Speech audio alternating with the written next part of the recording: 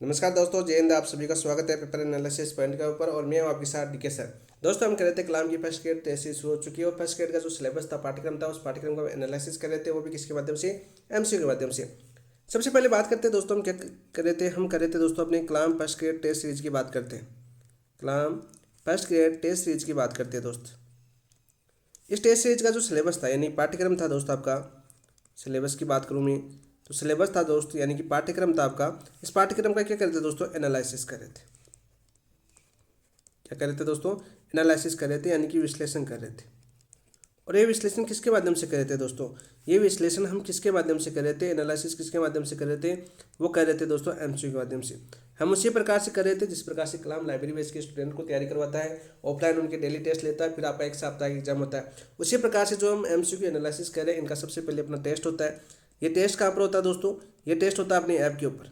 कहाँ पर होता है दोस्तों, अपने ऐप के ऊपर होता है। और ऐप का नाम क्या है दोस्तों, अपने PAP by DK sir. PP by ठीक है सर, अपने ऐप का नाम है। यहाँ पर ये सारे टॉपिक वाइज टेस्ट होते हैं। वही बात करें, अब तक हम शेड्यूल और सिलेबस की बात करें, मैंने टेस्ट एक की बात करें तो लगभग आपका सिलेबस जो आपका आज टेस्ट हुआ था, जो दोस्त ऑफलाइन दे के आए थे, उन दोस्तों का बहुत ही अच्छा पेपर हुआ। और एक बात है, उन दोस्तों ने काफ़ी मैसेज किए, जैसे व्हाट्सअप हो गया, टेलीग्राम डायरेक्ट मैसेज हो गया कि हमारा पेपर बहुत अच्छा हुआ। दोस्तों, कंटेंट जो हम कर रहे हैं वहाँ से क्वेश्चन आया तो उसमें बड़ी वाली बात नहीं है। जो कंटेंट हमने तैयार किया उसका फल आपको मिला। बस ये सोचो कि आपकी मेहनत थी, ठीक है, उसी का आपको फल मिला है, क्योंकि हमने 6 दिन तक उस टॉपिक वाइज टेस्टों को तैयारी की, बहुत ज़्यादा बेहतरीन तरीके से एमसीक्यू एनालिसिस किया, हमने तैयारी की, उस कंटेंट को तैयार किया, फिर एमसीक्यू का विश्लेषण किया, उनका टेस्ट दिया हमने, और फिर उसको आपने साप्ताहिक टेस्ट के रूप में देखा। जो ऑफलाइन दोस्त जुड़े हुए हैं उनकी बात करें, जो आपके सीधे मैसेज कर रहे थे आज उनका पेपर अच्छा, क्योंकि पूरे पूरे क्वेश्चन आ गए ऐसे बोल रहे थे वो दोस्त। कंटेंट वही है तो 2% तो वहीं से आएंगे, तो इसमें कोई बड़ी वाली बात नहीं थी। लेकिन हमने जिस तरीके से तैयार किया वो सबसे ज़्यादा इंपॉर्टेंट है, और इसी तरह से आपको कंटिन्यू बनाए रखनी है। ऐसे हम प्रैक्टिस करते रहेंगे और ऐसे हम 7 दिन के 7 दिन अपने एग्जाम को अंजाम देंगे, जिससे हमारी तैयारी वो बेहतरीन हो जाएगी और अपने मेन लक्ष्य के अंदर हम बहुत ही अच्छा स्कोर कर पाएंगे। और यहाँ से आपकी सिलेक्शन के चांस बहुत ज़्यादा बढ़ जाएंगे, क्योंकि हम सेल्फ स्टडी को इस प्रकार से करेंगे जिस प्रकार से कलाम की लाइब्रेरी बेच के अंदर डेली टेस्ट होते हैं ना आपके, उसी प्रकार से अपने टॉपिक वाइज टेस्ट हो रहे हैं दोस्तों। जहाँ तक की बात करें दोस्तों सिलेबस की, जो आपके जैसे भारतीय इतिहास था, भारतीय इतिहास के हमने तीनों टॉपिक हमने बहुत ही ज़्यादा शानदार तरीके से हमने किया।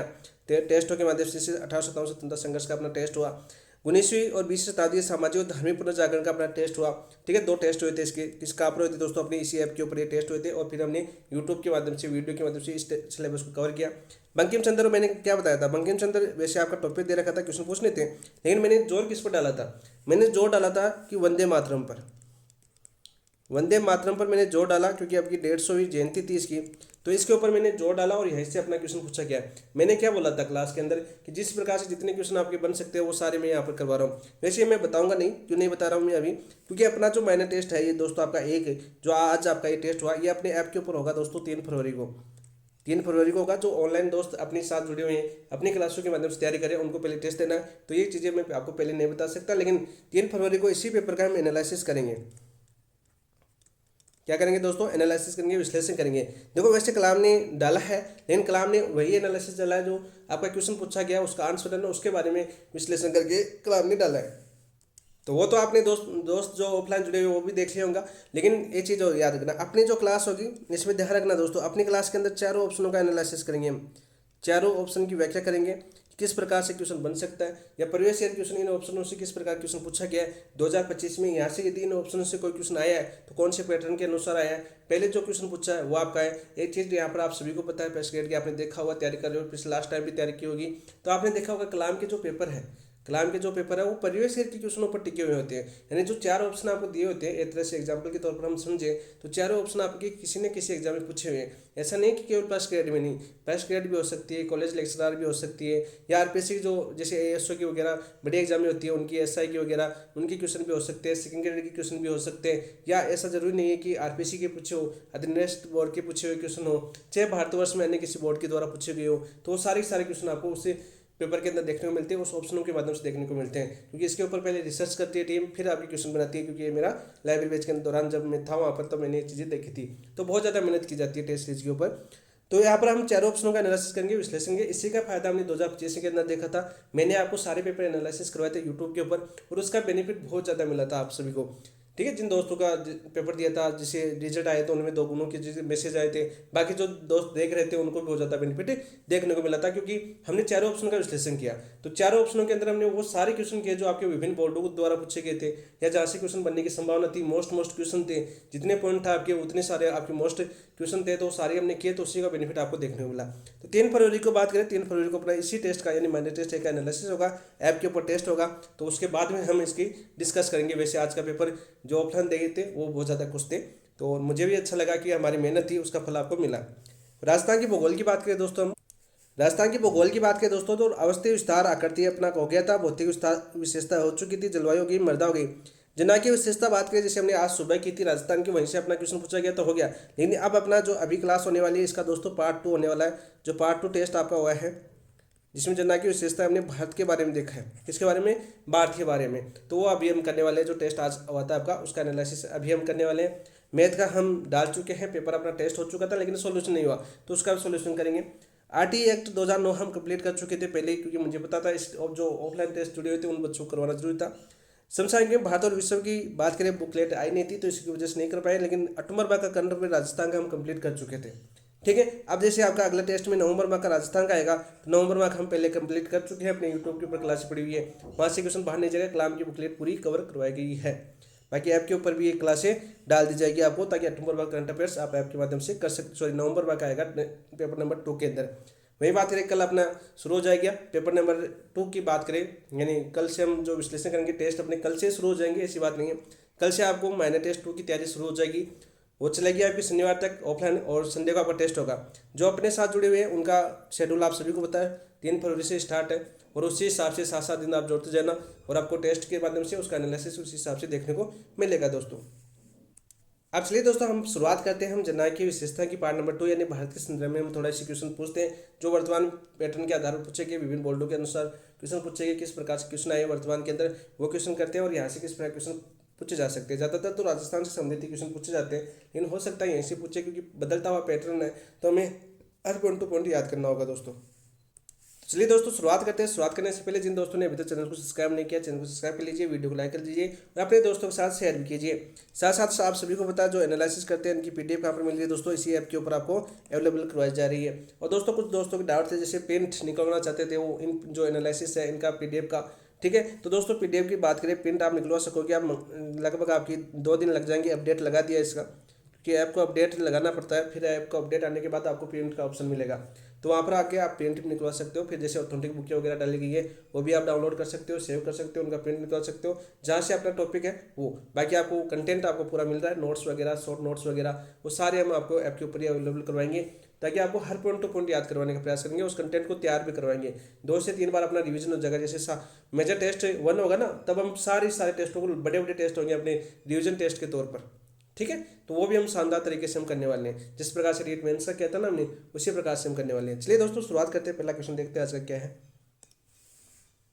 क्वेश्चन दे रखा है आपका, निम्नलिखित में से भारत की जनसंख्या से संबंधित कौन सा कथन असत्य है?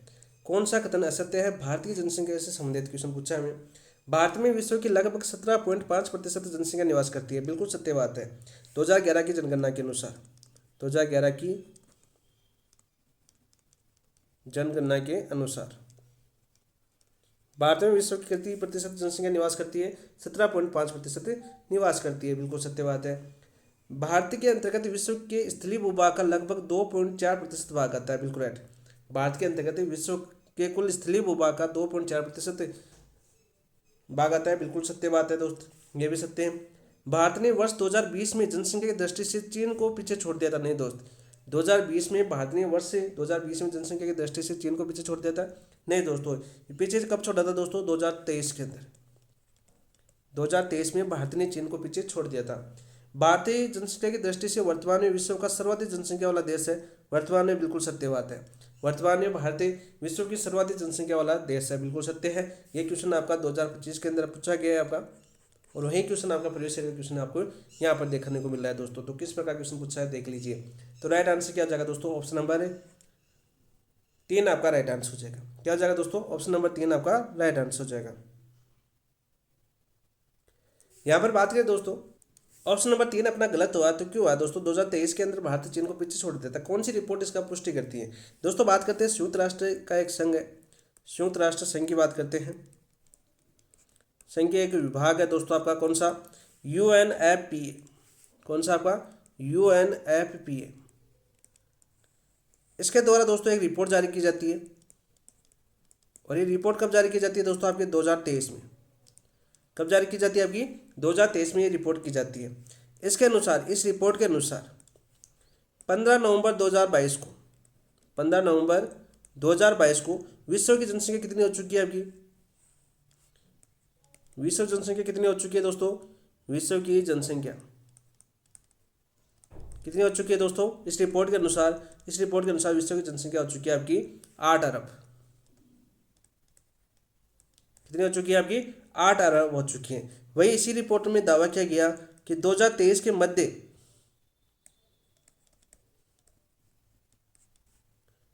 2023 के मध्य में भारत ने चीन को पीछे छोड़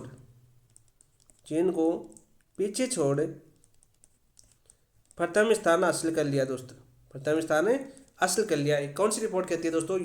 संयुक्त राष्ट्र की UNFPA की रिपोर्ट कहती है। कब जारी की गई थी? 2023 के अंदर 15 नवंबर 2022 को इन्होंने बताया कि विश्व की जनसंख्या कितनी हो चुकी है? 8 अरब हो चुकी है। कितनी हो चुकी है विश्व की जनसंख्या? 8 अरब हो चुकी है। और 2023 के मध्य में भारत ने चीन को पीछे छोड़कर कौन सा स्थान प्राप्त कर लिया? प्रथम स्थान प्राप्त कर लिया। तो प्रथम स्थान है दोस्तों। भारत वर्तमान जनसंख्या की दृष्टि से विश्व में सर्वाधिक जनसंख्या वाला देश बन चुका है। कब से? 2023 के मध्य से, यानी मध्य जून से लगभग मान सकते हो आप। तो यहाँ पर राइट आंसर क्या हो जाएगा आपका? 3, ऑप्शन नंबर 3 आपका असत्य हो जाएगा। 2020 नहीं है दोस्तों, 2023 है। नेक्स्ट क्वेश्चन की बात करते हैं। क्वेश्चन नंबर 2 क्या अपना? देखिए बहुत ही अच्छा क्वेश्चन है। निम्नलिखित में से कौन सा कथन जनगणना 2011 के आंकड़ों से मेल नहीं खाता? निम्नलिखित में से कौन सा कथन है जनगणना 2011 के आंकड़ों से मेल नहीं खाता? ये ऑनलाइन एग्जाम की क्वेश्चन है। जो भारत के अंदर ऑनलाइन एग्जाम होती है ना, वहाँ से क्वेश्चन आपके आए हैं। ठीक है, विभिन्न बोर्डों के। निम्नलिखित में से कौन सा कथन जनगणना 2011 के आंकड़ों से मेल नहीं खाता? भारतीय कुल जनसंख्या लगभग 1210 मिलियन थी। तो भारत की जनसंख्या लगभग कितनी थी दोस्तों? 1210 मिलियन थी। बिल्कुल राइट, बिल्कुल सत्य बात है। यहाँ पर याद कर लें दोस्तों, मिलियन पूछा है आपका। कितनी थी? 1210 मिलियन थी। यानी वही बात करें दोस्तों आपकी 121 करोड़ 121 करोड़ थी 2011 के अंदर। वर्तमान तो 145 करोड़ से ऊपर हो चुकी है। 2027 में उसके आंकड़े आने वाले हैं। हम 2011 के पढ़ रहे हैं। तो भारत की कुल जनसंख्या लगभग 1210 मिलियन थी। बिल्कुल सत्य बात है दोस्तों ये तो आपकी। महिला जनसंख्या 60 करोड़ से कम थी। महिला जनसंख्या 60 करोड़ से कम थी। बिल्कुल सत्य, बिल्कुल सत्य। लगभग आपकी 58 करोड़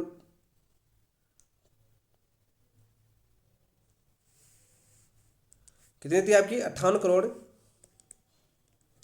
75 लाख 84,719। यानी कुल जनसंख्या कितना परसेंट था दोस्तों आपके? 48.53%। किनकी जनसंख्या थी दोस्तों? महिलाओं की जनसंख्या थी। बिल्कुल सही, यानी 60 करोड़ से कम थी। पुरुष जनसंख्या कुल जनसंख्या का 52% से अधिक थी।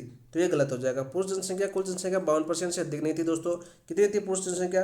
62,32,70,258 थी आपकी संख्या पूछे तो 62,32,70,258।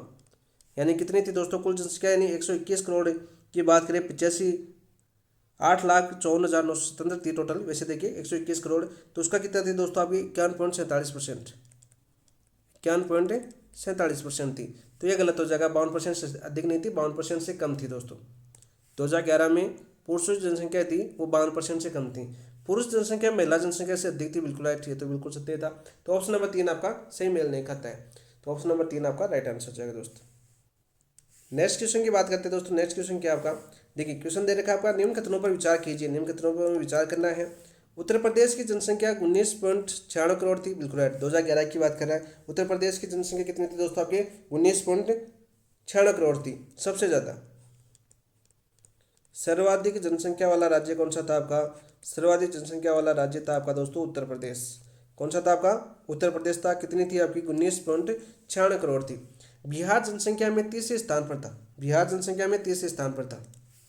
तो यहाँ पर बात कर लेते हैं हम सर्वाधिक जनसंख्या वाले राज्य। जनसंख्या वाले राज्य यहाँ पर बात करें तो दोस्तों सबसे ज़्यादा किसकी थी, यूपी की थी। फिर दोस्तों यूपी के बाद में किसकी थी, महाराष्ट्र की। फिर 3 नंबर पर कौन था दोस्तों, अपना बिहार।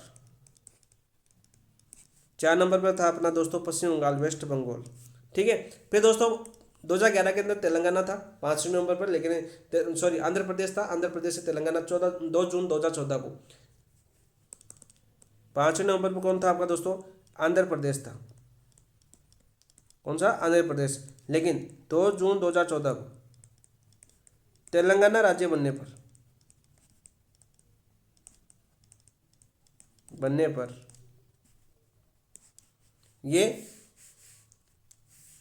ये अभी 5वें स्थान पर नहीं है, 5वें स्थान पर नहीं है। भाई दोस्तों राजस्थान की बात करें, तो राजस्थान वर्तमान में कौन से स्थान पर है आपके दोस्तों, 7वें स्थान पर। पहले 8वें स्थान पर था जब आंध्र प्रदेश था। तो ये चीज़ें याद होनी चाहिए क्योंकि क्रम आपको पूछा जा सकता है। तो बिहार जनसंख्या में 30वें स्थान पर है, तो बिहार कौन से स्थान पर है, 30वें स्थान पर, बिल्कुल सत्य बात है। ठीक है। पश्चिम बंगाल महाराष्ट्र से अधिक जनसंख्या वाला राज्य नहीं दोस्त, पश्चिम बंगाल महाराष्ट्र से अधिक जनसंख्या वाला राज्य नहीं था। महाराष्ट्र 2 नंबर पर है, पश्चिम बंगाल कितने नंबर पर है दोस्त आपके, 4 नंबर पर है। तो हो सकता है क्या, नहीं हो सकता। तो सही कोड की चयन कीजिए, तो पहला और दूसरा सही है, तो ऑप्शन नंबर ए आपका राइट आंसर हो जाएगा। ऑप्शन नंबर ए आपका राइट आंसर हो जाएगा दोस्तों। नेक्स्ट क्वेश्चन की बात करते हैं। जनगणना 2011 के अनुसार इनमें से कौन सा राज्य न्यूनतम जनसंख्या वाले 5 राज्यों में शामिल नहीं है। अब दोस्तों कितना अच्छा क्वेश्चन पूछा है, देखो अब आपको 28 राज्य कुछ याद होने चाहिए वैसे देखे तो, लेकिन हमें क्वेश्चन क्या पूछा है, 5 राज्यों में शामिल नहीं है। न्यूनतम जनसंख्या वाले 5 राज्य तो आपको याद होने चाहिए। बहुत ही अच्छा क्वेश्चन पूछा गया ये आपका। ठीक है। तो न्यूनतम जनसंख्या वाले राज्य कौन से आपके, वाले राज्य क्रम भी पूछा जा सकता है। तो सबसे पहले बात करें, सबसे कम कौन से राज्य के अंदर है जनसंख्या, सिक्किम के अंदर। सिक्किम के अंदर है दोस्तों, कितनी आपकी 6.07 लाख। ये तो आप याद ही करना है। इसके बाद में दोस्तों किसकी है आपकी, मिजोरम। क्रम भी याद कर लेना साथ साथ। 3 नंबर पर कौन सा था दोस्तों, मिजोरम के बाद में आपका अरुणाचल प्रदेश। और अरुणाचल प्रदेश के बारे में आपको फर्स्ट ग्रेड 2025 के अंदर पूछा गया था, अरुणाचल वाला क्रम पूछा गया था, कौन से स्थान पर है। चौथा कौन सा आता है दोस्तों आपके, गोवा और अरुणाचल प्रदेश से बहुत क्वेश्चन आते हैं दोस्तों। 5वां अपना नागालैंड, और नागालैंड याद कर लेना दोस्तों, इस बार नागालैंड भी बहुत ज़्यादा चर्चा में रहा है। इंपॉर्टेंट क्वेश्चन बन सकता है, पूछा जा सकता है, चर्चित याद होनी चाहिए। दोस्तों हमें क्या पूछा था कि 5 राज्यों में शामिल नहीं है, तो ये 5 राज्य है आपके न्यूनतम वाले। तो दोस्तों आपकी सिक्किम है सबसे कम, मिजोरम है, नागालैंड है, लेकिन त्रिपुरा नहीं है दोस्तों। ऑप्शन नंबर 3 आपका राइट आंसर हो जाएगा। ऑप्शन नंबर 3 आपका राइट आंसर हो जाएगा। नेक्स्ट क्वेश्चन की बात करते हैं दोस्तों। तो कितना अच्छा क्वेश्चन पूछा गया है। ये इंग्लिश से कॉपी किए हुए आपके, इंग्लिश में थे पेपर, तो इंग्लिश में हिंदी कॉपी किए गए, इसलिए स्टार स्टार आ रहे हैं। ठीक है, इसे डिलीट मत मान लेना कि क्वेश्चन डिलीट था, नहीं दोस्तों। क्वेश्चन आ रहा है आपका, जनगणना 2011 के अनुसार निम्न केंद्र शासित प्रदेशों को जनसंख्या के अवरोही क्रम में व्यवस्थित कीजिए। जनसंख्या के अवरोही क्रम में व्यवस्थित करना है दोस्तों। क्वेश्चन दे रखे हैं आपके, जनगणना 2011 के अनुसार निम्न केंद्र शासित प्रदेशों को जनसंख्या के अवरोही क्रम में व्यवस्थित कीजिए। पुदुचेरी, चंडीगढ़, दिल्ली। कलाम की एक भी लाइन नहीं छूटेगी इन क्वेश्चनों के माध्यम से, देखना क्योंकि कलाम भी वहीं से कॉपी करता है। तो जनगणना 2011 के अनुसार निम्न केंद्र शासित प्रदेशों को जनसंख्या के अवरोही क्रम में व्यवस्थित कीजिए। पुदुचेरी, चंडीगढ़, दिल्ली। बताओ भाई न्यूनतम किसकी है दोस्तों, केंद्र शासित प्रदेशों की बात करें, न्यूनतम जनसंख्या कौन सी है, बताओ भाई।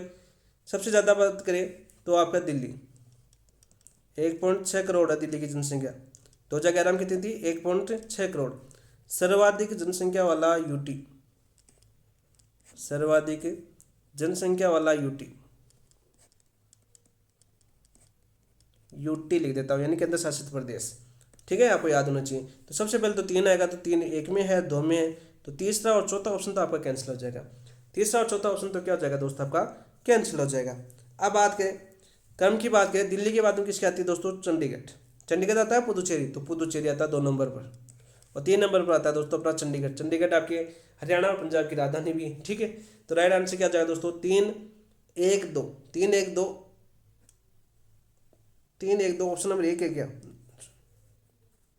3-2-1 आएगा दोस्तों, अच्छा एक मिनट। जनगणना 2011 के अनुसार निम्न केंद्र शासित प्रदेशों को जनसंख्या के अवरोही क्रम में लिखना है ना, ठीक है, अवरोही यानी ज़्यादा से कम लिखना है। तो सबसे ज़्यादा किसकी दोस्तों, दिल्ली की। फिर किसकी दोस्तों, आपकी दिल्ली के बाद में पुदुचेरी, फिर आपकी सबसे ज़्यादा आपकी दिल्ली की है। फिर आपकी बात करें कम, दिल्ली से कम पुदुचेरी, फिर आपकी चंडीगढ़। तो क्या हो जाएगा आपका 3-1-2, ऑप्शन नंबर 1 आपका राइट आंसर हो जाएगा। क्या जाएगा दोस्तों आपका, ऑप्शन नंबर 1 आपका राइट आंसर हो जाएगा। नेक्स्ट क्वेश्चन की बात करते हैं दोस्तों। नेक्स्ट क्वेश्चन क्या आपका, देखिए, जनगणना 2011 के अनुसार निम्न में से कौन सा केंद्र शासित प्रदेश न्यूनतम जनसंख्या वाला था। भाई जनगणना 2011 के अनुसार निम्न में से कौन सा केंद्र शासित प्रदेश यानी यूटी न्यूनतम जनसंख्या वाला था दोस्तों, लक्षद्वीप, दमन व दीप, दिल्ली या पुदुचेरी। तो राइट आंसर क्या हो जाएगा दोस्तों, आपके लक्षद्वीप। कितनी है दोस्तों इस यहाँ की जनसंख्या, 0.006 करोड़ पूछा जा सकता है। 1 नंबर पर न्यूनतम क्रम पूछे तो 1 नंबर पर आपका लक्षद्वीप आता है, 2 नंबर पर इसके बाद में आपकी दमन और दीप की जनसंख्या दोस्तों। तो ऑप्शन नंबर 1 आपका राइट आंसर हो जाएगा।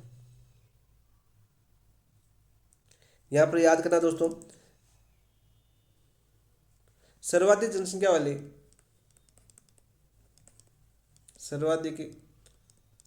वाले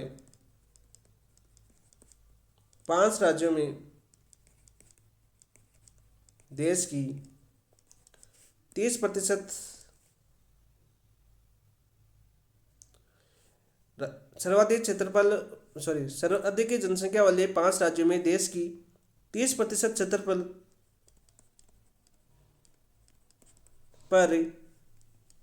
पर ही देश की कुल जनसंख्या का 50% निवास करता है। 50% निवास करता है। लाइन पूछी जा सकती है आपकी कि भारत की बात करें, भारत में सर्वाधिक जनसंख्या वाले 5 राज्य हैं, जैसे आपके उत्तर प्रदेश, महाराष्ट्र, बिहार, पश्चिम बंगाल, ठीक है, 4 तो ये हो गए। और फिर बात करें आपके 5वां पहले आंध्र प्रदेश था, लेकिन वर्तमान में मध्य प्रदेश है। तो मध्य प्रदेश, तमिलनाडु, फिर अपना राजस्थान हो जाएगा, फिर आपका आंध्र प्रदेश आता है, ठीक है। तो आपके 5वां राज्य, जैसे 5 राज्य कौन कौन से हो गए, फिर से बता देता हूँ मैं। 5 राज्य कौन कौन से हो गए, सर्वाधिक जनसंख्या वाले 5 राज्य कौन से, यूपी हो गया 1 नंबर, महाराष्ट्र हो गया 2 नंबर, बिहार हो गया 3 नंबर, ठीक है, वेस्ट बंगाल हो गया, और फिर आपका एमपी हो जाएगा दोस्तों, ठीक है। ये 5 राज्य हैं, UP, Maharashtra, Bihar, west Bengal and Paschim Bengal और मध्य प्रदेश है। इन 5 राज्यों के 30% क्षेत्रफल पर, इन 5 राज्यों के 30% क्षेत्रफल पर कितनी प्रतिशत जनसंख्या निवास करती है दोस्तों, आपकी 50% जनसंख्या निवास करती है भारत की। भारत की कितनी % जनसंख्या निवास करती है, 50% जनसंख्या निवास करती है। तो जो दो शॉर्ट नोट्स बना रहे हैं वो साथ साथ बनाते रहना। न्यूनतम जनसंख्या की वाला केंद्र शासित प्रदेश यूटी कौन सा आपका, लक्षद्वीप, 0.006 करोड़ यहाँ की जनसंख्या है। और इसके बाद में लक्षद्वीप के बाद दूसरे स्थान पर आता है आपका दमन और दीप दोस्तों। ऑप्शन नंबर 1 आपका राइट आंसर हो जाएगा। नेक्स्ट क्वेश्चन की बात करते हैं दोस्तों। नेक्स्ट क्वेश्चन क्या आपका, जनसंख्या वितरण को प्रभावित करने वाले आर्थिक कारक कौन कौन से हैं। हमें क्या पूछे, आर्थिक कारक पूछे दोस्त। औद्योगिकरण, ठीक है, आर्थिक कारण है। नगरीकरण आर्थिक कारण है। परिवहन और खनिज संसाधन। ऑप्शन नंबर 1 आपका राइट आंसर हो जाएगा। तो जनसंख्या वितरण को प्रभावित करने वाले कारकों की बात करें, जलवायु, मृदा, धरातल और जल स्रोत है, ये कैसे आपकी भौतिक कारक, भौगोलिक कारक दोस्तों। कैसे कारक है आपके जनसंख्या को प्रभावित करने वाले भौगोलिक कारक। वही बात करें, देखो, राजनीतिक स्थिरता और प्रशासन नीतियाँ भी आपकी कारक है। सामाजिक और परंपराएं, धार्मिक विश्वास भी आपके कारक है। सांस्कृतिक और मनोवैज्ञानिक कारक भी आपके जनसंख्या को प्रभावित करते हैं। आर्थिक कारक हो गए दोस्तों। तो प्रभावित करने वाले सारे कारक यहाँ पर दे रखे हैं। तो ऑप्शन नंबर 1 आपका राइट आंसर हो जाएगा। ऑप्शन नंबर 1 आपका राइट आंसर हो जाएगा। नेक्स्ट क्वेश्चन की बात करते हैं दोस्तों। निम्नलिखित कथनों में से असत्य कथन चुनिए। निम्नलिखित कथनों में से असत्य कथन में चुनना है। कौन सा असत्य कथन है, भारतीय कुल दशकीय वृद्धि दर 2011 में 17.7% थी। बिल्कुल राइट। भारतीय की कुल दशकीय वृद्धि दर 2011 में 17.7% थी। बिल्कुल राइट। पुरुष जनसंख्या की दशकीय वृद्धि दर 18.34% थी। पुरुष जनसंख्या की दशकीय वृद्धि दर 18.34% थी। नहीं दोस्तों, ये गलत हो जाएगा आपका। पुरुषों की कितनी थी आपकी, 17.10%। महिला जनसंख्या की दशकीय वृद्धि दर कितनी थी, 18.34 थी। बिल्कुल राइट। भारत में वार्षिक वृद्धि दर 1.64%, बिल्कुल राइट। और आज मैंने कल राजस्थान का करवाया था आपको, तो राजस्थान के अंदर मैंने कितना बताया था, राजस्थान की वार्षिक दशकीय वृद्धि दर कितनी है, कमेंट के अंदर बताओ भाई, कमेंट के अंदर ये चीज़ें आप बताओ। यदि आपने कल वाली क्लास नहीं देखी, आज सुबह वाली, सॉरी आज सुबह करवाया था, आज सुबह वाली क्लास नहीं देखी है तो ये आपको कमेंट के अंदर जरूर बताना है। और पहले क्लास देखना, राजस्थान वाली समझना, क्योंकि ज़्यादातर क्वेश्चन वहीं से पूछे जाते हैं, भारत के उनके संबंधित क्वेश्चन पूछ जाते हैं। लेकिन फर्स्ट ग्रेड वालों को यहाँ पर भारत का पढ़ना ही पड़ता है थोड़ा थोड़ा, तो यहाँ से यदि क्वेश्चन आता है तो हमें छोड़ना नहीं है। तो राइट आंसर क्या हो जाएगा दोस्तों, आपका ऑप्शन नंबर 2 आपका राइट आंसर हो जाएगा। ऑप्शन नंबर 2 आपका राइट आंसर हो जाएगा। यहाँ पर याद करना दोस्तों, 2001 में कितनी थी आपकी, 2001 में 21.54% थी दशकीय वृद्धि दर। ठीक है, कमी हुई क्या वृद्धि हुई है यहाँ पर, बताओ भाई। 2001 से 2011 में भारत की दशकीय वृद्धि दर में कमी हुई कि वृद्धि हुई, तो दोस्तों कमी हुई है।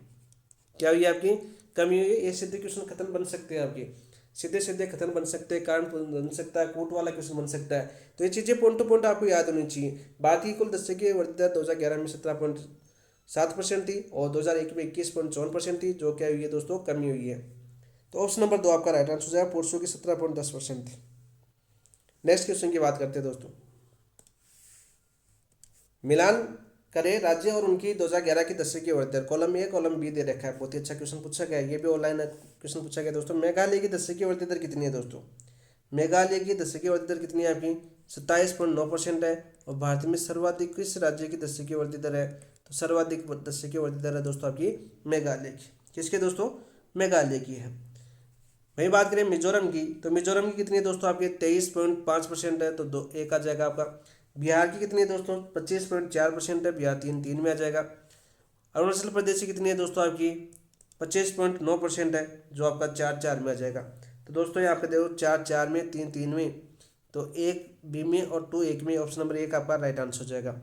क्या हो जाएगा दोस्तों, ऑप्शन नंबर 1 आपका राइट आंसर हो जाएगा। सीधा क्वेश्चन आपका पूछा जाता है,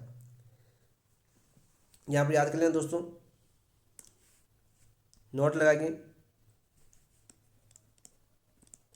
भारत में सर्वाधिक दशकीय वृद्धि दर, सर्वाधिक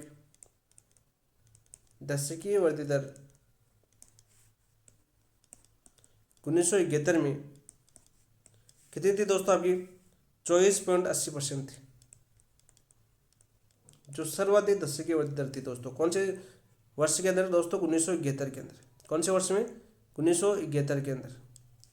और ये क्वेश्चन बहुत बार आपके एग्जाम में पूछा गया है कि भारत की सर्वाधिक दशकीय वृद्धि दर कौन से वर्ष में थी, 1971 के अंदर थी। कितनी थी, 24.80% थी दोस्तों।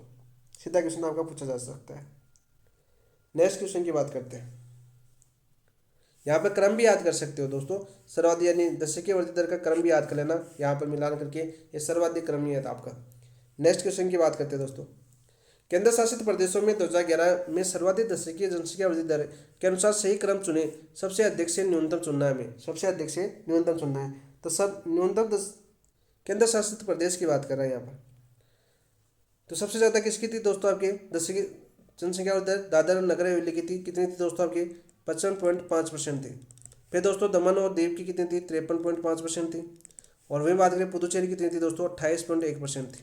तो राइट आंसर क्या हो जाएगा दोस्तों, ऑप्शन नंबर 1 आपका राइट आंसर हो जाएगा। ऑप्शन नंबर 1 आपका राइट आंसर हो जाएगा। यहाँ पर दोस्तों एक क्वेश्चन और याद करना है, यहाँ पर न्यूनतम दशकीय वृद्धि दर वाले राज्य, वृद्धि दर किसकी रही थी दोस्तों आपकी, न्यूनतम दशकीय वृद्धि दर थी अपने नागालैंड की। मैंने क्या बताया, नागालैंड चर्चा में, तो क्वेश्चन आपको याद होना चाहिए। कितनी है दोस्तों, माइनस में है, -0.6%, -0.6%। फिर आपकी न्यूनतम दशमलव दूसरा नंबर पर आता है दोस्तों केरल। तो दोनों क्वेश्चन आपको याद करना है, ये मोस्ट इंपॉर्टेंट क्वेश्चन है नागालैंड वाला, क्योंकि अभी नागालैंड चर्चा में है दोस्तों। ठीक है, इसलिए बता देता हूँ मैं, क्योंकि आगे केंद्र शासित प्रदेश आ गया। तो ऑप्शन नंबर 1 आपका राइट आंसर हो जाएगा। दादर नगर हवेली की सबसे ज़्यादा दशकीय वृद्धि दर वाला केंद्र शासित प्रदेश है, फिर आपके दमन और दीव, फिर आपका पुदुचेरी। ऑप्शन नंबर 1 आपका राइट आंसर। नेक्स्ट क्वेश्चन की बात करते हैं, 2011 में केंद्र शासित प्रदेशों में न्यूनतम दशकीय जनसंख्या वृद्धि दर किस जिले या क्षेत्र की थी। मैं बताओ 2011 में केंद्र शासित प्रदेशों में न्यूनतम दशकीय जनसंख्या वृद्धि दर किस क्षेत्र की थी। लक्षद्वीप, अंडमान या निकोबार द्वीप समूह, पुदुचेरी या दादर नगर हवेली। तो राइट आंसर हो जाएगा दोस्तों लक्षद्वीप की थी। कितनी थी दोस्तों आपकी? 6.2% थी। 6.2% थी। 2 नंबर पर कौन था आपका? Andaman and Nicobar, 6.6%। Option number 1 आपका राइट आंसर हो जाएगा। नेक्स्ट क्वेश्चन क्या है आपका दोस्तों? निम्नलिखित में से असत्य कथन चुनना है। में क्या चुनना है दोस्तों? असत्य कथन चुनना है। में चलो चुनते हैं। 1901 से 1921 को भारत में जनसंख्या वृद्धि दर का मध्यकाल कहा गया है, और 1911 से 1921 के दशकीय वृद्धि दर ऋणात्मक रही। तो बिल्कुल सत्य बात है। 1911 से 1921 में दशकीय वृद्धि दर कैसी रही दोस्तों? आपकी ऋणात्मक थी, यानी वर्तमान घट रही है दोस्तों, यह हमें पता है। और 1901 से 1921 तक कैसी थी दोस्तों? आपकी वृद्धि दर कैसी थी? आपकी मंदकाल थी, यानी एक जगह स्थिर थी आपकी। 1921 से 1951 में भारत में स्थिर वृद्धि का काल कहा गया है। 1921 से 1951 को क्या कहा गया है दोस्तों? आपके स्थिर वृद्धि का काल कहा गया है। 1921 को जननायकीय विभाजक माना जाता है। ये क्वेश्चन आपका पूछा जाता है, भारत के अंदर किस वर्ष को जननायकीय विभाजक माना गया है? 1921 को माना गया है। मोस्ट इंपोर्टेंट क्वेश्चन है दोस्तों आपका, बहुत बार एग्जाम में पूछा जा चुका है। 1951 से 1981 तक घटती दर से वृद्धि काल कहा गया, और इसे विस्फोटक वृद्धि भी कहा जाता है। तो ये आपका गलत हो जाएगा दोस्तों, ये आपका गलत हो जाएगा दोस्तों आपका। ठीक है, 1951 से 1981 की बात करें दोस्तों, इसे तीव्र वृद्धि का विस्फोटक वृद्धि कहा जाता है। घटती दर से वृद्धि का काल कहा जाता है दोस्तों। नहीं दोस्तों, घटित दर से वृद्धि का काल कौन सा कहा गया है दोस्तों? आपका 1981 से 2011। 1981 से 2011 को क्या कहा गया है दोस्तों? घटती दर से वृद्धि काल कहा गया है। विस्फोटक वृद्धि किस कौन से काल को कहा गया है दोस्तों? आपके तीव्र वृद्धि काल, ये कहा गया दोस्तों आपके 1951 और 1981 को, लेकिन ये आपकी घटती दर से वृद्धि काल नहीं कहा गया, ये गलत हो जाएगा। 1981 से 2011 को घटती दर से वृद्धि काल कहा गया, बिल्कुल राइट। तो ऑप्शन नंबर 3 आपका असत्य हो जाएगा। क्या हो जाएगा दोस्तों? आपका ऑप्शन नंबर 3 आपका असत्य हो जाएगा। क्वेश्चन को भी समझ सकता था, यदि देखो 1981 से 2011 घटती दर को वृद्धि काल कहा जाता है तो इसको गलत कर सकता था दोस्त, यानी क्वेश्चन के अंदर ही उसका आंसर दिया हुआ था, यानी ये प्रयोग किया जाता था पहले जो CCE आया था तब ये प्रयोग किया गया था स्कूलों के अंदर कक्षा 8वीं के बच्चों पर, पर्सन के अंदर ही उत्तर देना। ठीक है, यानी उस पर्सन को जिसको समझ में आ रहा है उत्तर आराम से कर सकता है वर्तमान जिस टाइम बात करते हैं। तो ऑप्शन नंबर 1 आपका राइट आंसर हो जाएगा। नेक्स्ट क्वेश्चन की बात करते हैं दोस्तों। नेक्स्ट क्वेश्चन क्या होगा? 2001 से 2011 के दौरान भारत में घनत्व में अधिकतम वृद्धि किस राज्य में हुई है? घनत्व में अधिकतम वृद्धि किस राज्य में हुई है? सबसे पहले तो बात करते हैं भारत का औसत घनत्व कितना है दोस्तों। औसत घनत्व कितना है? आज सुबह ही बताया था आपको। औसत घनत्व कितना है? राजस्थान का 200 था, भारत का कितना बताया था? 382। कम है कि ज़्यादा है राजस्थान का? राजस्थान का कम है, सीधा क्वेश्चन पूछा जाता है। 2001 में कितना था दोस्तों? ये 2001 में था 325। कम हुई है कि वृद्धि हुई है? वृद्धि हुई है दोस्तों। कितने अंकों की हुई है कमेंट में बताना, कितने अंकों की वृद्धि हुई है कमेंट के अंदर बताना दोस्तों। सर्वाधिक की बात करें दोस्तों, सर्वाधिक घनत्व किसका है दोस्तों? बिहार का। अधिकतम वृद्धि किस राज्य की हुई ये पूछा है हमें, लेकिन सर्वाधिक किसकी दोस्तों? बिहार का है सर्वाधिक, सीधा क्वेश्चन पूछा जाता है। ठीक है, सर्वाधिक किसका है? बिहार का है। 1 नंबर पर बिहार आता है दोस्तों। ठीक है, 2 नंबर पर कौन आता है आपका? पश्चिम बंगाल आता है। 3 नंबर पर कौन आता है दोस्तों? केरल, पूछा जा सकता है क्वेश्चन। 3 नंबर पर कौन आएगा अपना? केरल आता है। 4 नंबर पर कौन आता है अपना? यूपी आता है दोस्त। ये तो सर्वाधिक घनत्व वृद्धि दर हो गया। हमें पूछा है कि भारत में घनत्व में अधिकतम वृद्धि किस राज्य में हुई 2001 से 2011 के बीच? बता भाई। तो राइट आंसर क्या हो जाएगा दोस्तों? बिहार के अंदर। ऑप्शन नंबर 2 ही आपका राइट आंसर हो जाएगा। तो बिहार की बात करते हैं दोस्तों, बिहार भी यहाँ पे याद कर लेते हैं। 2001 में घनत्व कितना था दोस्तों बिहार का? 1106 था। 2011 में कितना हो गया दोस्तों आपका?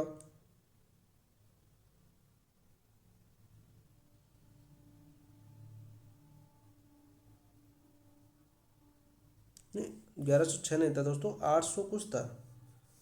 बिहार का 881 था, सॉरी 1170 2011 का था, 881 था। और 2011 में कितना हो गया आपका? 1106 हो गया। कितने अंकों की वृद्धि हुई दोस्तों? 225 अंकों की वृद्धि हुई, अंकों की वृद्धि। ठीक है, सीधा किसी पूछा जा सकता है। और देखो औसत की बात करें, भारत का 382 और 2001 में बात करता हूँ 325 से, कितनी वृद्धि हुई दोस्तों आपकी, कितने अंकों की, 57 अंकों की वृद्धि। मैं बता देता हूँ, आप पता नहीं क्यों कैलकुलेशन करोगे। तो ऑप्शन नंबर 2 आपका राइट आंसर हो जाएगा। घनत्व में न्यूनतम वृद्धि किसकी हुई दोस्तों, नागालैंड। एक ही ऑप्शन में सारे क्वेश्चन हो रहे हैं आपके, देखो इसी प्रकार से हम टेस्ट का एनालिसिस करेंगे भाई। घनत्व में न्यूनतम वृद्धि, टेस्ट का एनालिसिस भी इसी प्रकार से करेंगे, पूरे ऑप्शनों की व्याख्या करेंगे। न्यूनतम वृद्धि यानी कितनी होती है दोस्तों आपके, -1। यानी कि बात करें दोस्तों नागालैंड की बात करते हैं। नागालैंड का 2001 में कितना था आपका, बताओ भाई, 119। और 2021 में कितना था दोस्तों आपके, 2001 में था आपका 120, और 2011 के अंदर कितना था दोस्तों आपका 119। तो कितनी वृद्धि हुई दोस्तों आपके, -1। न्यूनतम वृद्धि कितनी हुई दोस्तों आपके, -1 की वृद्धि हुई। कहाँ पर दोस्तों, नागालैंड के अंदर, जनसंख्या घनत्व के अंदर। तो ऑप्शन नंबर 2 आपका राइट आंसर हो जाएगा। हमें पूछा 2001 से 2011 के दौरान भारत में घनत्व में अधिकतम वृद्धि राज्य किस राज्य में दोस्तों, बिहार के अंदर। ऑप्शन नंबर 2 आपका राइट आंसर। नेक्स्ट क्वेश्चन की बात करते हैं दोस्तों। नेक्स्ट क्वेश्चन क्या आपका, 2011 की जनगणना के अनुसार भारत की कुल जनसंख्या में ग्रामीण जनसंख्या का प्रतिशत कितना था। 2011 की जनगणना के अनुसार भारत की कुल जनसंख्या में ग्रामीण जनसंख्या का प्रतिशत कितना था। 68.8%, 31.16%, 50%, 70.29%। तो राइट आंसर हो जाएगा दोस्तों आपके 68.8%। ऑप्शन नंबर 2 एक आपका राइट आंसर हो जाएगा। भारत में कुल जनसंख्या में ग्रामीण जनसंख्या 68.8% था। भारतीय कुल जनसंख्या में नगरीय जनसंख्या का प्रतिशत, भारत की कुल जनसंख्या में नगरीय जनसंख्या का अंश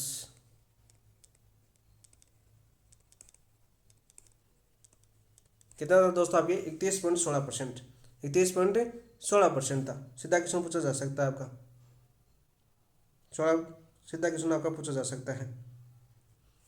17.29 की बात करें दोस्तों, 17.29 आपकी 1981 में भारत में नगरीय जनसंख्या केवल इतनी थी आपकी। 1951 में भारत में नगरीय जनसंख्या कितनी थी दोस्तों आपके, 17.29% थी। कितनी थी, 17.29% थी। सारे क्वेश्चन आपके ऑप्शन के साथ व्याख्या करते हैं दोस्तों। ऑप्शन नंबर 1 आपका राइट आंसर हो जाएगा। नेक्स्ट क्वेश्चन की बात करते हैं। नीचे दिए गए कौन कौन से शहर भारत में मेगा सिटी 1 करोड़ से अधिक आबादी वाले है दोस्तों, जहाँ पर 1 करोड़ से अधिक आबादी निवास करती है। तो आप सभी को पता है सबसे ज़्यादा कहाँ पर रहती है दोस्तों, सबसे ज़्यादा रहती है आपकी मुंबई के अंदर। कितने रहती है दोस्तों, 184 लाख। ये क्वेश्चन आपका पूछा जा चुका है। मुंबई में कितनी जनसंख्या रहती है, 184 लाख 2011 के अनुसार। फिर आपका 2 नंबर में आता है दोस्तों दिल्ली, 163 लाख। अभी पीछे देखा था हमने दिल्ली का। तो फिर कोलकाता के अंदर दोस्तों आपकी रहती है 141 लाख। तो ये 3 ऐसे जिले हैं जो आपके 1 करोड़ से अधिक आबादी वाले शहर है जो मेगा सिटी के अंदर आते हैं। तो मुंबई, दिल्ली, कोलकाता। ऑप्शन नंबर 1 आपका राइट आंसर हो जाएगा। ऑप्शन नंबर 1 आपका राइट आंसर हो जाएगा दोस्तों। नेक्स्ट क्वेश्चन की बात करते हैं। 50 लाख से 100 लाख के बीच जनसंख्या वाले महानगरों में निम्नलिखित में से कौन कौन से शामिल है। कौन कौन से शामिल है भाई दोस्तों, 50 लाख से 100 लाख के बीच जनसंख्या वाले महानगरों में निम्नलिखित में से कौन कौन से शामिल है। कुल कितने दोस्तों, 5 है। 50 लाख से 100 लाख के बीच कितने महानगर है दोस्तों आपके, 5। कौन कौन से 5 दोस्तों, ये तो है हो गया आपका चेन्नई, बेंगलुरु, हैदराबाद, अहमदाबाद और पुणे। इनकी जनसंख्या कितनी दोस्तों, 50 लाख से 100 लाख के बीच है। ऑप्शन नंबर 1 ही आपका राइट आंसर हो जाएगा। चेन्नई की बात करें दोस्तों 84.96 लाख। बेंगलुरु की बात करें दोस्तों, बेंगलुरु कितनी है, 84.99 लाख। हैदराबाद की बात करें दोस्तों, हैदराबाद की कितनी है, 77.49 लाख। अहमदाबाद की कितनी है दोस्तों आपकी, अहमदाबाद की है दोस्तों 63.52 लाख। और पुणे की कितनी है दोस्तों आपकी, पुणे की है 50.50 लाख। तो 50 लाख से 100 लाख के बीच में ये 5 महानगर आते हैं। कौन कौन से, चेन्नई, बेंगलुरु, हैदराबाद, अहमदाबाद और पुणे। ऑप्शन नंबर 1 आपका right answer. Next question, metro city यानी 10 लाख से अधिक आबादी वाले शहर के मामले में भारत में सर्वाधिक मेट्रो सिटी किस राज्य में है। सर्वाधिक मेट्रो सिटी किस राज्य में है दोस्तों भाई, यानी 10 लाख से अधिक आबादी रखने वाले भारत में बात करें, भारत में सर्वाधिक मेट्रो सिटी किसमें है दोस्तों, केरल के अंदर है। और फिर किसमें है, उत्तर प्रदेश के अंदर है। महाराष्ट्र, गुजरात नहीं दोस्तों, तमिलनाडु, दिल्ली नहीं, पश्चिम बंगाल राजस्थान तो है नहीं। केरल और उत्तर प्रदेश, जहाँ पर 10 लाख से अधिक आबादी वाले शहर सर्वाधिक है, यानी केरल में भी कितने दोस्तों 7 है, और उत्तर प्रदेश में भी कितने 7 है, और 10 लाख से अधिक आबादी वाले राजस्थान का जो जयपुर शहर है वो कौन से स्थान पर आता है दोस्तों, 7वें स्थान पर आता है। ठीक है, राजस्थान का जयपुर है जिसमें भी 10 लाख से अधिक है। ऑप्शन नंबर 2 आपका राइट आंसर है। नेक्स्ट क्वेश्चन की बात करते हैं दोस्तों। 2011 में भारत में 10 लाख से अधिक आबादी वाले नगरों की संख्या कितनी थी? 2011 में भारत में 10 लाख से अधिक आबादी वाले नगरों की संख्या कितनी थी? 35 लाख, 53, सॉरी नगरों की संख्या पूछी, सॉरी 2011 में भारत में 10 लाख से अधिक आबादी वाले नगरों की संख्या 35, 53, 59, 50। तो राइट आंसर कितना हो जाएगा दोस्तों? 53 थी। ऑप्शन नंबर 2 आपका राइट आंसर हो जाएगा। ऑप्शन नंबर 2 आपका राइट आंसर हो जाएगा। नेक्स्ट क्वेश्चन की बात करते हैं दोस्तों, और यहाँ पे एक नोट लगा के याद कर लेना दोस्तों। 2023 में कितनी हो चुकी है दोस्तों? 59 हो चुकी है। नगरों की संख्या कितनी हो चुकी है? 59 हो चुकी है, जिसमें आपकी 10 लाख से अधिक आबादी वाली नगर है दोस्तों।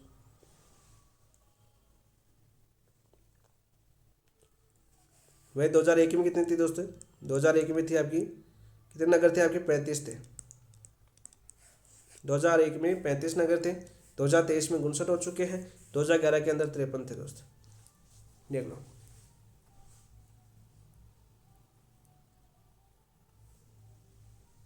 नेक्स्ट क्वेश्चन की बात करते हैं। भारत में 40% से अधिक नगरीय जनसंख्या वाले राज्यों में कौन कौन से राज्य शामिल है? 40% से अधिक। गोवा, मिजोरम, तमिलनाडु, केरल, महाराष्ट्र, गुजरात। तो राइट आंसर क्या जगह? ऑप्शन नंबर 1, गोवा, मिजोरम, तमिलनाडु, केरल, महाराष्ट्र और गुजरात। ऑप्शन नंबर 1 आपका राइट आंसर हो जाएगा। 40% से अधिक नगरीय जनसंख्या वाले राज्यों में कौन कौन से हैं? गोवा की बात करें तो गोवा की आपकी 62.2%, मिजोरम की बात करें तो 51.5%, तमिलनाडु की बात करें दोस्तों आपके 48.4%, केरल की बात करें दोस्तों आपके 47.7%, महाराष्ट्र की बात करें आपकी 45.2%, गुजरात की बात करें आपकी 42.6%। नेक्स्ट क्वेश्चन की बात करते हैं दोस्तों। सर्वाधिक ग्रामीण जनसंख्या वाली बात करें, बताओ भाई, ये तो नगरीय था आपका। यदि सर्वाधिक ग्रामीण की पूछ ले तो जनसंख्या का प्रतिशत पूछे तो आपको कहाँ पर रहती है दोस्तों? हिमाचल प्रदेश, HP। कहाँ पर रहती है? हिमाचल प्रदेश 1 नंबर। 2 नंबर पर कौन सा आपका? बिहार है अपना, जहाँ पर गाँव में जनसंख्या का प्रतिशत अधिक है दोस्तों। नेक्स्ट बात करते हैं दोस्तों। नेक्स्ट क्वेश्चन, भारत में नगरों की सर्वाधिक संख्या किस राज्य में? भारत में नगरों की संख्या सर्वाधिक किस राज्य के अंदर है दोस्तों? महाराष्ट्र, तमिलनाडु, उत्तर प्रदेश, केरल। तो राइट आंसर क्या हो जाएगा दोस्तों? आपके तमिलनाडु के अंदर है। यहाँ पर महाराष्ट्र भी इंपॉर्टेंट है। महाराष्ट्र क्या है दोस्तों? आपकी सर्वाधिक नगरीय जनसंख्या, सर्वाधिक नगरीय जनसंख्या किस राज्य की है? वह दोस्तों महाराष्ट्र की। किस राज्य की है? महाराष्ट्र की। नेक्स्ट क्वेश्चन की बात करते हैं। भारतीय जनगणना के अनुसार नगर होने के लिए निम्नलिखित में से कौन कौन से मापदंड आवश्यक है? निम्नलिखित में से कौन कौन से मापदंड आवश्यक है, बताओ भाई। कुल जनसंख्या का 5000 या अधिक, जनसंख्या का घनत्व 400 व्यक्ति प्रति वर्ग किलोमीटर, 75% पुरुष गैर कृषि कार्य करते हो। तो राइट आंसर क्या जगह? Option number 1। भाई भारत में जनगणना के अनुसार नगर होने के लिए निम्नलिखित कौन से मापदंड आवश्यक है?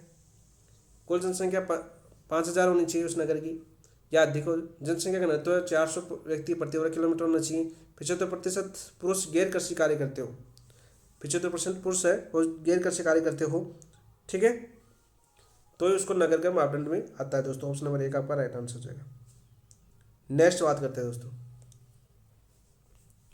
2011 में सर्वाधिक सामान्य लिंगानुपात वाला राज्य कौन सा था? हमें पूछा है कि 2011 में सर्वाधिक सामान्य लिंगानुपात वाला राज्य कौन सा था। तो सबसे पहले तो भारत का लिंगानुपात कितना था दोस्त? भारत की बात करें तो लिंगानुपात कितना है भारत का? यहाँ से क्वेश्चन पूछा जाता है। भारत का लिंगानुपात है दोस्तों 943। 2011 की बात करें, 2001 में कितना था दोस्तों आपकी? 2001 में था 919। कमी हुई कि वृद्धि हुई दोस्तों? कमी हुई कि वृद्धि हुई लिंगानुपात के अंदर, बताओ भाई। 933 था, सॉरी 919 तो बाल लिंगानुपात था, 933 था। 2001 में कितना था आपका 933। कमी हुई कि वृद्धि हुई दोस्तों, वृद्धि हुई है। लिंगानुपात में क्या हुई दोस्तों आपके भारत में, वृद्धि हुई है। सर्वाधिक की बात करें, सर्वाधिक लिंगानुपात किस राज्य का था दोस्तों आपके, तमिलनाडु, मिजोरम, केरल, आंध्र प्रदेश। तो राइट आंसर क्या हो जाएगा दोस्तों आपका, सर्वाधिक था आपका केरल का, ऑप्शन नंबर 3 आपका राइट आंसर हो जाएगा। कितना था दोस्तों 1084। 2 नंबर पर कौन सा आएगा दोस्तों आपके, तमिलनाडु। कितना था दोस्तों आपके तमिलनाडु का, 996। 3 नंबर पर कौन आएगा, आंध्र प्रदेश, 993। सर्वाधिक क्रम भी याद कर लेना दोस्तों, सर्वाधिक क्रम भी याद कर लेना। न्यूनतम की बात करें दोस्तों, न्यूनतम लिंगानुपात वाले राज्य की बात करें दोस्तों, तो 1 नंबर पर आता है दोस्तों अपना हरियाणा। कितना था दोस्तों आपके 879। फिर जम्मू कश्मीर, फिर 3 नंबर पर आप सिक्किम को याद कर सकते हो। क्रम पूछे तो आपको याद होना चाहिए। ऑप्शन नंबर 3 आपका right answer. Next question, Bharat में 0 से 6 आयु वर्ग में न्यूनतम लिंगानुपात वाला राज्य कौन सा है। सबसे पहले तो आपको ये याद होना चाहिए, भारत में 0 से 6 आयु वर्ग में लिंगानुपात कितना था आपका दोस्तों, लिंगानुपात था आपका 919। 2001 में कितना था दोस्तों, ये 2001 में था 927। क्या हुई है दोस्तों, कमी हुई है। क्या हुई है दोस्तों, कमी हुई है। सर्वाधिक की बात करें, सबसे पहले क्वेश्चन पूछा जाता है सर्वाधिक से। सर्वाधिक इसका था दोस्तों आपके अरुणाचल प्रदेश, अरुणाचल प्रदेश। न्यूनतम किसका था दोस्तों आपका, जो हमें क्वेश्चन पूछा है वो था दोस्तों आपका हरियाणा।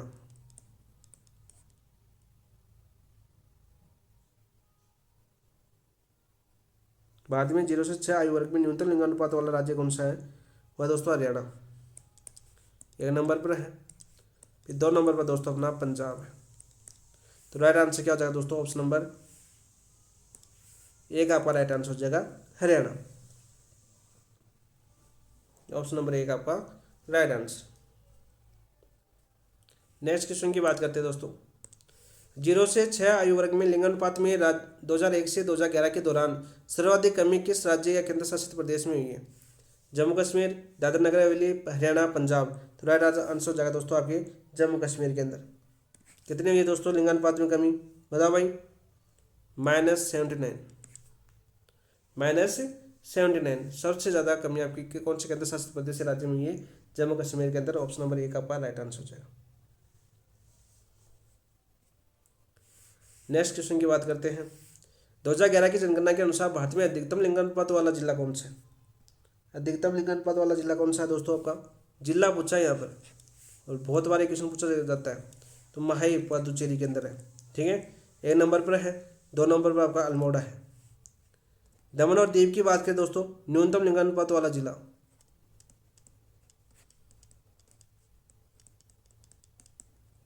लिंगानुपात वाला जिला 1 नंबर पर आपका कौन सा था, दमन और दीव। 2 नंबर पर कौन सा था आपका लेह, जो आपके जम्मू कश्मीर के अंदर है। तो ऑप्शन नंबर 1 आपका राइट आंसर हो जाएगा। कितना है दोस्तों आपके माई का लिंगानुपात 1176 सर्वाधिक। दमन और दीव का कितना है दोस्तों आपके 533। लेह का कितना है दोस्तों आपका 583। ऑप्शन नंबर 1 आपका राइट आंसर। नेक्स्ट क्वेश्चन की बात करते हैं दोस्तों, भारत में 2011 के अनुसार कुल जनसंख्या में बाल आयु वर्ग 0 से 14 वर्ष का प्रतिशत कितना है। कितना भाई आपका 29.5। ऑप्शन नंबर 1 आपका राइट आंसर हो जाएगा। ऑप्शन नंबर 1 आपका राइट आंसर हो जाएगा। 20.9% किसी का नहीं है। 62.5 की बात करें तो वयस्क आयु वर्ग 15 से 64 वर्ष के हैं, उनका जनसंख्या कितनी दोस्तों 62.5%। वर्ध आयु वर्ग कितना दोस्तों आपके 8.4%, यानी 65 वर्ष से अधिक। कुल जनसंख्या में कितना परसेंट है, वर्ध आयु वाले लोग 8.4% है। वयस्क कितने आपके 62.5%, यानी सर्वाधिक युवा देश कौन सा आपका भारत है, जिसमें सर्वाधिक युवा निवास करते हैं। सर्वाधिक युवा निवास करते हैं। और सर्वाधिक बूढ़े कहाँ पर है दोस्तों, चीन के अंदर। नेक्स्ट क्वेश्चन की बात करते हैं। भारत में 2011 के अनुसार किशोरों में लड़कियों का अंश क्या है? किशोरों में लड़कियों का अंश क्या है दोस्तों? आपके किशोरों के अंदर 52.7%। कितने दोस्तों किशोर हैं? 47.3% किशोरियाँ सम्मिलित हैं। तो ऑप्शन नंबर 2 आपका राइट आंसर हो जाएगा। तो बात करें मैं आपके यहाँ पर भारत में 2011 के अनुसार किशोरों में लड़कियों का अंश कितना है दोस्तों? 47.3% है। कितना आपका? 47.3%। ऑप्शन नंबर 2 आपका राइट आंसर हो जाएगा। 52.7% क्या है दोस्तों? आपकी किशोर है, ठीक है, लड़कियां हैं। और 47.3% क्या आपकी लड़कियां हैं दोस्तों।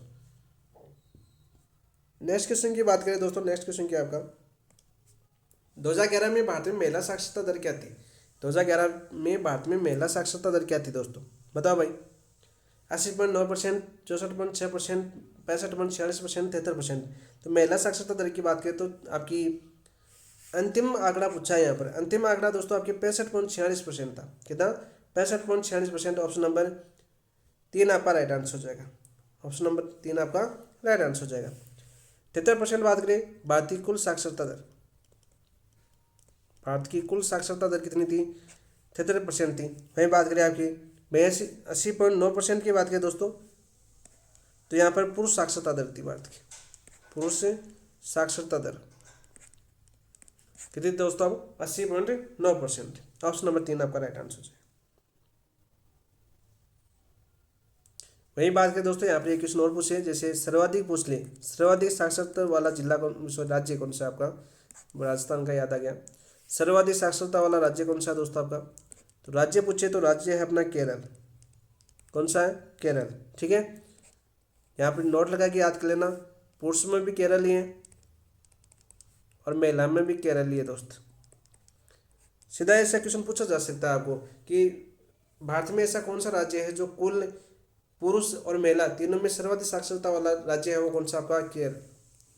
इस प्रकार क्वेश्चन अपने राजस्थान में तो पूछा जा चुका है, राजस्थान की जनसंख्या की दृष्टि से, कि भारत में कुल और जैसे कुल पुरुष और महिला जनसंख्या में कौन से राज्य है, तो आपकी न्यूनतम जनसंख्या वाला राज्य कौन सा है? तो जैसलमेर। कुल में पुरुषों में और महिलाओं में सब में कौन सा आपका? जैसलमेर। एक क्वेश्चन आपका आ चुका है। तो भारत में भी तो पूछा जा सकता है कि भारत में सर्वाधिक साक्षरता वाला राज्य, कुल साक्षरता, ठीक है, पुरुष साक्षरता और महिला साक्षरता, तो कौन सा राज्य है दोस्तों? आपका केरल राज्य है सर्वाधिक।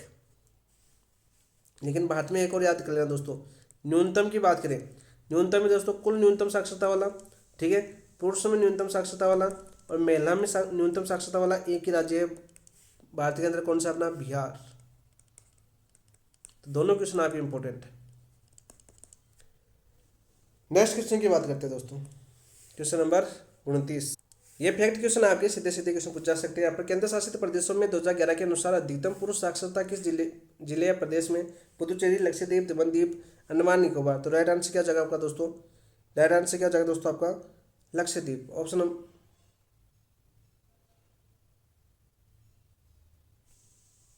अधिकतम पुरुष साक्षरता पूछा है दोस्तों ने। केंद्र शासित प्रदेश से 2011 के अनुसार अधिकतम पुरुष साक्षरता कौन सा हो जाएगा दोस्तों? लक्षद्वीप। ऑप्शन नंबर 2 आपका राइट आंसर हो जाएगा। ऑप्शन नंबर 2 आपका राइट आंसर हो जाएगा। कितने दोस्तों पुरुषों की साक्षरता यहाँ पर? 95.6% पुरुष पढ़े लिखे हैं आपके। कहाँ का है? लक्षद्वीप के केंद्र शासित प्रदेश के। और महिला की बात करें दोस्तों, महिला भी अधिकतम कौन सी है दोस्तों? लक्षद्वीप की है। महिला भी पूछे तो अधिकतम महिला साक्षर कौन से द्वीप की है दोस्तों? लक्षद्वीप की। कितनी महिलाएं यहाँ पर साक्षर है? 87.9% महिला है वो साक्षर, यानी पढ़ी लिखी महिलाएं हैं। नेक्स्ट क्वेश्चन की बात करते हैं दोस्तों। लक्षद्वीप में महिला साक्षरता का देश में कौन सा स्थान है? लक्षद्वीप का महिला साक्षरता में देश में कौन सा स्थान है?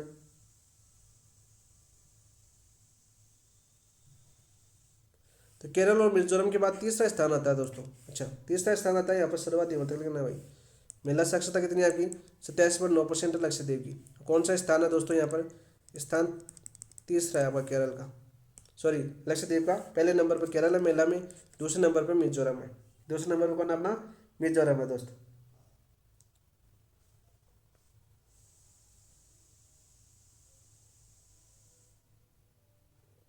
नेक्स्ट क्वेश्चन की बात करते हैं दोस्तों। केंद्र शासित प्रदेशों में 2011 के अनुसार सर्वाधिक कुल साक्षरता किस प्रदेश की है? सर्वाधिक कुल साक्षरता किस प्रदेश की है दोस्तों? बताओ भाई। दमनदीप, अंडमान निकोबार, लक्षद्वीप, दिल्ली। तो लक्षद्वीप की ऑप्शन नंबर 3 आपका राइट आंसर हो जाएगा। सर्वाधिक कुल साक्षरता किस प्रदेश की यानी केंद्र शासित प्रदेशों की बात करें तो आपके लक्षद्वीप की कितनी है दोस्तों, आपकी 91.8%, 91.8% है दोस्तों। फिर आपका दमन और दीव 2 नंबर पर आता है दोस्तों आपका, ठीक है। वही बात करें दिल्ली कौन से नंबर पर आती है, आपकी 4 नंबर पर आती है। कितनी है आपकी, 86.2% के साथ। अंडमान निकोबार कितनी है दोस्तों, आपकी 86.6%। दमन और दीव की कितनी है आपकी 87.1%। तो क्रम भी पूछे तो सर्वाधिक वाला क्रम भी याद कर लेना। 4 नंबर पर दिल्ली आती है, 3 नंबर पर अंडमान निकोबार आता है। ऑप्शन नंबर 3 आपका राइट आंसर है। नेक्स्ट क्वेश्चन, दादर नगर हवेली की कुल साक्षरता प्रतिशत कितनी है। दादर नगर हवेली की कुल साक्षरता प्रतिशत कितनी है दोस्तों, 76.2% है। ऑप्शन नंबर 1 आपका राइट आंसर हो जाएगा। क्या जाएगा दोस्तों आपका, ऑप्शन नंबर 1 आपका राइट आंसर हो जाएगा। 85.8 किसके दोस्तों, आपकी पुदुचेरी की। वही बात करें दोस्तों आपकी चंडीगढ़ की कितनी है दोस्तों, आपकी 86%। चंडीगढ़ की कितनी है दोस्तों, आपकी 86% साक्षरता दर है। यानी न्यूनतम साक्षरता किसकी है दोस्तों, आपकी दादर नगर हवेली की है।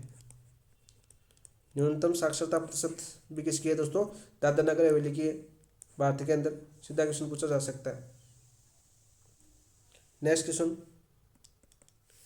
भारत में 2011 में स्त्री पुरुष साक्षरता अंतर सबसे अधिक किस राज्य में। स्त्री पुरुष साक्षरता में अंतर सबसे अधिक किस राज्य के अंदर है, राज्य पूछा है तो दोस्तों अपना राजस्थान। मोस्ट इंपोर्टेंट क्वेश्चन है। कौन सा अपना राजस्थान। कितना है दोस्तों, आपके 27.1% है। तो राजस्थान की जनसंख्या बताओ भाई, राजस्थान में पुरुष साक्षरता कितनी है, कमेंट के अंदर बताओ साक्षरता। और राजस्थान के अंदर महिला साक्षरता कितनी है, कमेंट में बताओ। और इनका अंतर बताओ, क्या 27.1 ही आ रहा है क्या, कमेंट के अंदर बताना ये चीज़ आपको। ऑप्शन नंबर 2 आपका राइट आंसर। नेक्स्ट क्वेश्चन की बात करते हैं दोस्तों, भारत में स्त्री पुरुष साक्षरता अंतर 2011 में कितना दर्ज किया गया। स्त्री पुरुष साक्षरता 2011 में कितना दर्ज किया गया, यानी बात करें दोस्तों आपका 16.3%। कितना दर्ज किया गया आपका, 16.3% दर्ज किया गया। ऑप्शन नंबर 1 आपका राइट आंसर हो जाएगा। 2001 में कितना था दोस्तों आपका, यह अंतर 2001 में था आपका 21.68%। तो कम हुआ क्या, दिखा दोस्तों कम हुआ अंतर, यानी अब महिला भी पढ़ने लग चुकी है। पहले 2001 में 21.68 था आपका स्त्री पुरुष साक्षरता में अंतर, लेकिन 2011 के अंदर आपका 16.3 है और 2027 के अंदर ये और भी कम देखने को मिलेगा। ऑप्शन नंबर 1 आपका राइट आंसर। ये सीधे क्वेश्चन फैक्ट पूछे जाने वाले क्वेश्चन है। भारत में अनुसूचित जनजाति की कुल जनसंख्या प्रतिशत 2011 के अनुसार कितनी है। 2011 के अनुसार कितनी है दोस्तों आपके भारत में, 7.8%, 8.6%, 9.2%, 10.1%। तो 8.6%। ऑप्शन नंबर 1 आपका राइट आंसर, ऑप्शन नंबर 2 आपका राइट आंसर हो जाएगा। नेक्स्ट क्वेश्चन, केंद्र शासित प्रदेशों में अनुसूचित जनजाति का सर्वाधिक प्रतिशत किस प्रदेश में, अनुसूचित जनजाति का सर्वाधिक परसेंट किस प्रदेश के अंदर है दोस्तों आपके, बताओ भाई। दादर नगर हवेली, लक्षद्वीप, अंडमान निकोबार, दमन द्वीप। तो राइट आंसर क्या हो जाएगा दोस्तों आपका, लक्षद्वीप। ऑप्शन नंबर 2 आपका राइट आंसर हो जाएगा। ऑप्शन नंबर 2 आपका राइट आंसर हो जाएगा। सर्वाधिक जनजाति जनसंख्या का सर्वाधिक प्रतिशत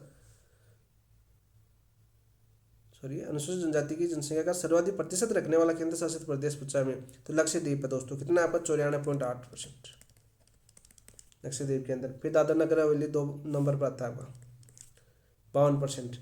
ऑप्शन नंबर 2 आपका राइट आंसर। नेक्स्ट क्वेश्चन की बात करते हैं दोस्तों, भारत में अनुसूचित जनजाति की संख्या अधिकतम प्रतिशत वाले 4 राज्यों का सही क्रम बताएं। अनुसूचित जनजाति का अधिकतम संख्या वाले 4 राज्य का सही क्रम बताना दोस्तों अपना। तो दोस्तों सबसे ज़्यादा किसकी आपकी दोस्तों, मिजोरम की। किसकी है, मिजोरम की। अनुसूचित जनजाति की संख्या अधिकतम प्रतिशत वाले 4 राज्य की बात करनी है हमें। सबसे ज़्यादा किसकी है दोस्तों, मिजोरम की 94.4%। फिर नागालैंड की दोस्तों आपकी 86.5% जनजातियों की बात करें। फिर मेघालय के अंदर आपकी 86.1%। फिर अरुणाचल प्रदेश के अंदर दोस्तों आपकी 68.8%। तो ऑप्शन नंबर 1 आपका राइट आंसर हो जाएगा। भारत में अनुसूचित जनजाति की संख्या अधिकतम प्रतिशत वाले 4 राज्य की बात करें, सबसे ज़्यादा प्रतिशत कौन से राज्य के अंदर है आपकी अनुसूचित जनजाति की, क्वेश्चन बहुत बार पूछा गया है, मिजोरम में। ऑप्शन नंबर 1 आपका राइट आंसर। नेक्स्ट क्वेश्चन की बात करते हैं दोस्तों,